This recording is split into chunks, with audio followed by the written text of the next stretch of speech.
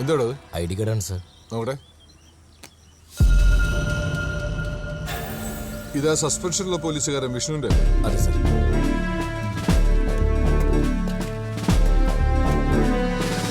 തൽക്കാലം താനിതാരോടും പറയണ്ട. ശരി സാർ.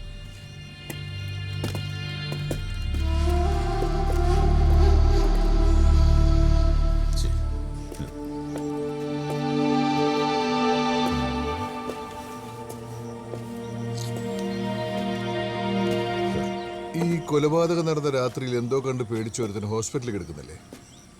ഒരാളുണ്ട് സാർ. പോയി കണ്ടിരുന്നോ? ഇല്ല സാർ. ഇന്ന് തന്നെ പോയി കാണണം. എന്തെങ്കിലും ക്ലൂ കിട്ടിയാലോ? പിന്നെ ചോദ്യം ചെയ്യൽ പോലീസ് പുറയിൽ വേണ്ട, ഒരു മയത്തിലൊക്കെ മതി. തൊലി പൊളിച്ചു കൊടുക്ക.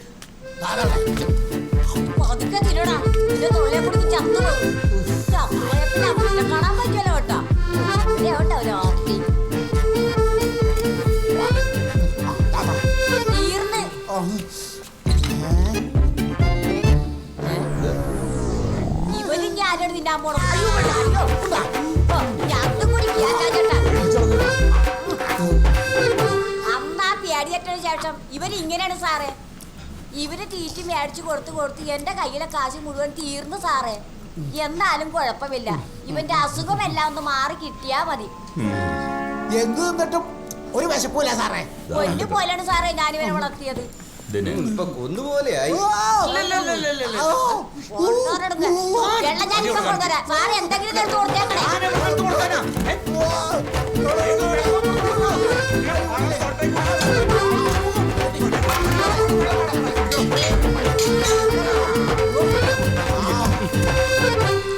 ഇവൻ ഭീകരജീവിനെ കണ്ട് പേടിച്ചൊന്നല്ല, ആർത്തി മൂത്ത് ചത്ത ആരുടെ പ്രേതത്തെ കണ്ട് പേടിച്ചത്. പോയാ അനിയ? അതെ അനിയ. അനിയൻ അന്ന് കണ്ടു എന്ന് പറഞ്ഞില്ലേ, ഒരാളെ കണ്ടു എന്ന് പറഞ്ഞില്ലേ? ആ കണ്ട ആള് ഇദ്ദേഹമാണോ? ആണോ? ഓറഞ്ച് എന്നാ ശരിക്കും ഓർമ്മ വരും പോലീസാരാ. ഓറഞ്ച് വേണല്ലേ? ഓറഞ്ചല്ല. ഓറഞ്ച് വാങ്ങിത്തരാട്ടാ. അപ്പൊ ഓറഞ്ച് തിന്നാ ഓർമ്മ വരുന്ന ആള് ഇതാണോ? ഓറഞ്ച് തിന്നിട്ട് ഓർമ്മ വന്നിട്ട് അല്ലേ? ആണോ?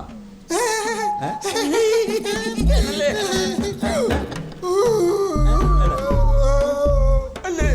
പിന്നെ ഒന്നും കൂടി ഒന്ന് ഓർത്തു നോക്ക് അല്ലേ? ഓർമ്മ വരില്ല. അതെ അവിടെ കണ്ടത് ശരിക്കും ശരിക്കും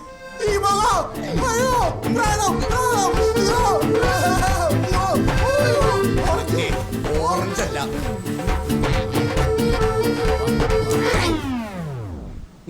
ഓറഞ്ചേ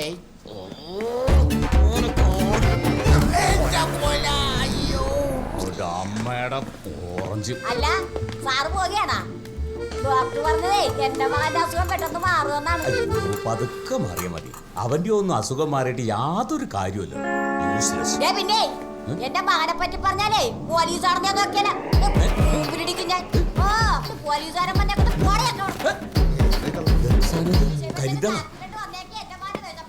വെറുതെ മനുഷ്യന്റെ സമയം മെനക്കെടുത്തി. ആ കൊല വാങ്ങിയ കാശ് പോയി. അവന്റെ ഒടുക്കത്തെ വിശപ്പും ഒരു അലവലാതി തള്ളയും. അവൻ രാത്രിയിലെ ആ തള്ളയുടെ കരിഞ്ഞ മോന്ത കണ്ടു പേടിച്ചായിരിക്കും. എന്തൊരു ചേട്ടാ പ്രശ്നം എന്താന്ന് വെച്ചാൽ തുറന്നു പറ. മർഡർ നടന്നു വീട്ടിൽ നിന്ന് നിന്റെ ID കാർഡ് CSRന് കിട്ടി. ID കാർഡ് അതെങ്ങനെയാ അവിടെ വന്നത്? അത് മാത്രമല്ല പ്രശ്നം, ആ വീടിനകത്ത് നിന്ന് നിന്റെ ഫിംഗർ പ്രിന്റ് കിട്ടിയിട്ടുണ്ട്. എന്റെ? അതെടാ, മാച്ചിങ് റിപ്പോർട്ട് SP ഓഫീസിലേക്ക് പോയിട്ടുണ്ട്. രതീഷേട്ടാ ഞങ്ങൾ വിശ്വസിക്കണം, ഞങ്ങൾക്കിതിൽ യാതൊരു മനസ്സറിവില്ല. ഞാൻ വിശ്വസിച്ചിട്ട് എന്താടാ കാര്യം? ജെയിംസിനോടൊപ്പം ഇപ്പൊ നിങ്ങളും കൊലപാതകത്തിൽ പ്രതികളാണ്.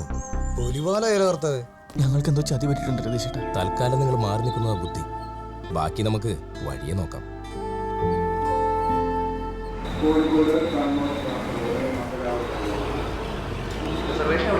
സാറേ കോയമ്പത്തൂർക്ക് ടിക്കറ്റ് ബുക്ക് ചെയ്യണം. ഇന്നത്തേക്കോ? ആ ഇന്നത്തേക്ക്. കോയമ്പത്തൂർക്കാ? അതൊക്കെ ഉണ്ട്, വാ പറയാം. ഇവിടെ തൽക്കാലം നമ്മൾ എങ്ങോട്ടാ പോകുന്ന ആരും അറിയുന്നത്. എങ്ങോട്ടാ രണ്ടുപേരും ബാഗ് തൂക്കി? അത് സാറേ ഞങ്ങളുടെ സസ്പെൻഷൻ ആയിരുന്നു ശരിയാക്കാനായിട്ടെ തിരുവനന്തപുരം വരെ ഒന്ന് പോവാ. പിന്നെ സാറ് ഞങ്ങളെ കണ്ടവരോടും പറയണ്ട, ഇവിടെ നിന്ന് ഇപ്പം ആരും വരെന്ന് പറയാൻ പറ്റില്ലല്ലോ.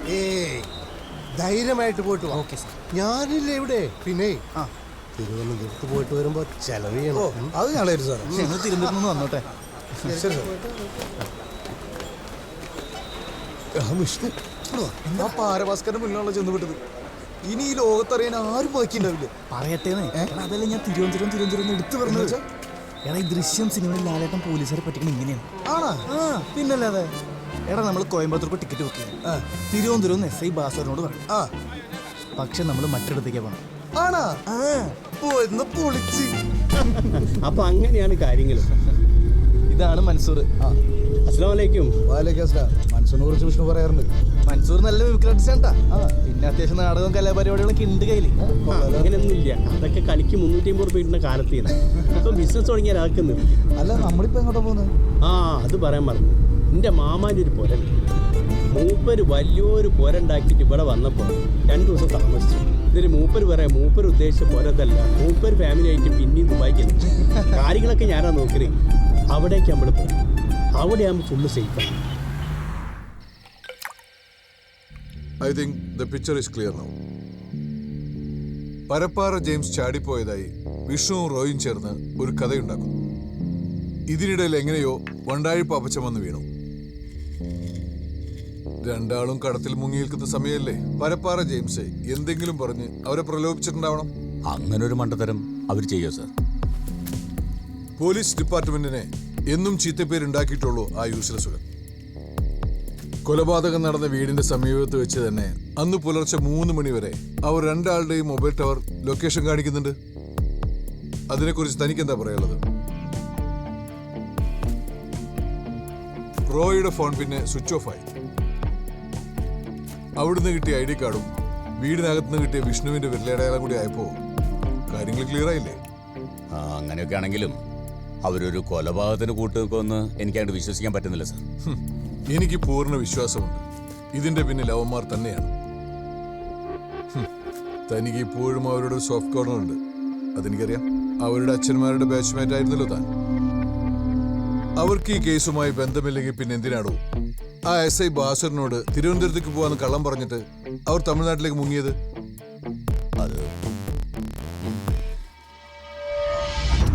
നിങ്ങളുടെ സൽക്കാരം സ്വീകരിക്കാൻ വേണ്ടി വന്നതല്ല ഞങ്ങള്. മോന്റെ വേഷം പോലീസിന്റേതാണെങ്കിലും പണി കള്ളന്റേതാണെന്ന് ഇപ്പോഴാണ് മനസ്സിലായത്. ഒരു കൊലയാളിയെ കൊണ്ട് എന്റെ മോളെ വിവാഹം കഴിപ്പിക്കേണ്ട ഗതികേടൊന്നും ഇപ്പൊ എനിക്കില്ല. നിങ്ങളുടെ മോനണീച്ച മോതിരം വാടോ. ഞാൻ അപ്പോഴേ പറഞ്ഞല്ലേ ഈ ബന്ധം നമുക്ക് ചേരില്ലാന്ന്.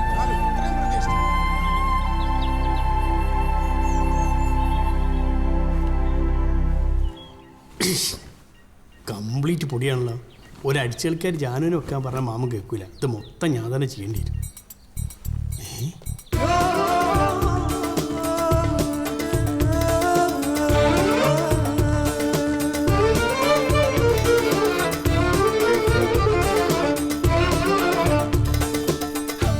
അല്ല, 2 ഷെയ്ക്കുമാർ ഫ്ലൈറ്റ് ഇറങ്ങി വരുന്ന മാതിരി ഈ വേഷത്തിൽ നിങ്ങളെ കണ്ടു കഴിഞ്ഞാൽ പെറ്റ ഉമ്മമാർ തിരിച്ചറിയില്ല. ഇനി ധൈര്യമായിട്ട് പുറത്തു വയ്ക്കോളി. പക്ഷെ ഈ പോലീസിന്റെ സ്റ്റൈലൊക്കെ ഒന്ന് മാറ്റണം. ആ മസിൽ കൊടുത്താണ്ട് ഒഴിവാക്കി. മനസ്സിലായി? എവിടെ വരെ നിങ്ങളെ 2 മൊബൈൽ ഇപ്പോൾ പാണ്ടിലോറിയിൽ കേരള ബോർഡർ കഴിഞ്ഞിട്ടുണ്ടാവും. ഇനി പോലീസിന് അന്വേഷണം മുഴുവൻ തമിഴ്നാട്ടിലേക്കും. നിങ്ങൾ പോലീസിന് രേഖാചിത്രം വരയ്ക്കുന്ന ആണല്ലേ? അങ്ങനെയാണ് ആ ഒളിഞ്ഞു നോട്ടക്കാരുടെ രേഖാചിത്രം ഒന്ന് വരച്ചു നോക്കി.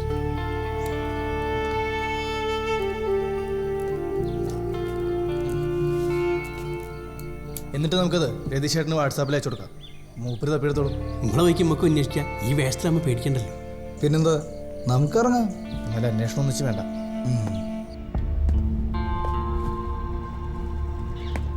ഗോപാലൻ, അന്ന് രാത്രി കണ്ട നീ വരല്ലേ?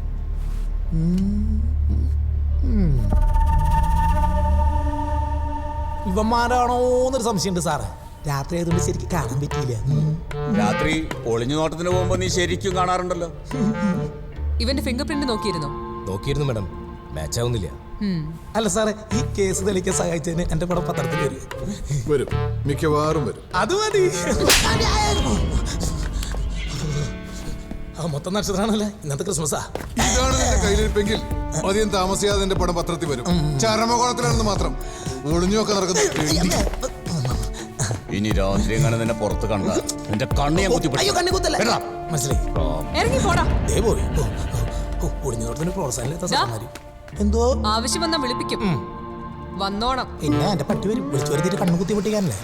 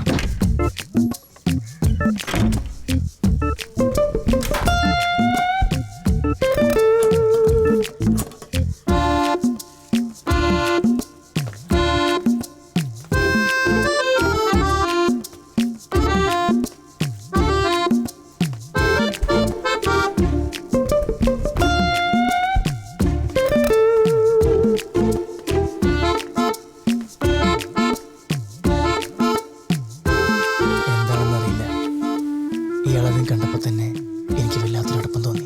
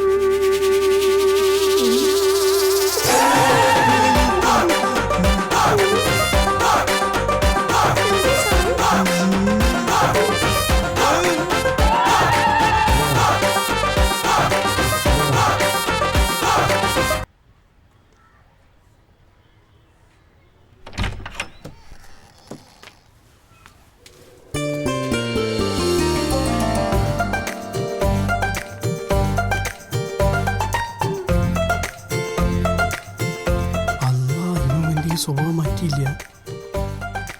എന്താ പന്റെ ഉദ്ദേശം? ഇവിടെ ഒളിച്ചു താമസിക്കാൻ വന്നാണ് സുഖവാസത്തിൽ മാമാന്റെ പ്രകടനം ഞാൻ ഇവിടെ സമ്മതിക്കൂല. എന്ത് മനസ്സിലാക്കണം? ഈ ബ്രോക്കറാ ഉളുപ്പുണ്ടോ? റോയ് സാർ ഇതാ ഇവന്താ ഒരു പെണ്ണിനായിട്ട് വന്നീനാ. പെണ്ണിന്റെ മുഖം ഞാൻ കാണട്ടെ. ഇത് ജെയിംസ് അല്ലേ? ആണോ? പിന്നല്ലാണ്ട് ഇവനെന്താ കോലത്തില്? അതൊക്കെ പറയാം. നടന്നത് എന്താണെന്ന് ജെയിംസ് പറയട്ടെ.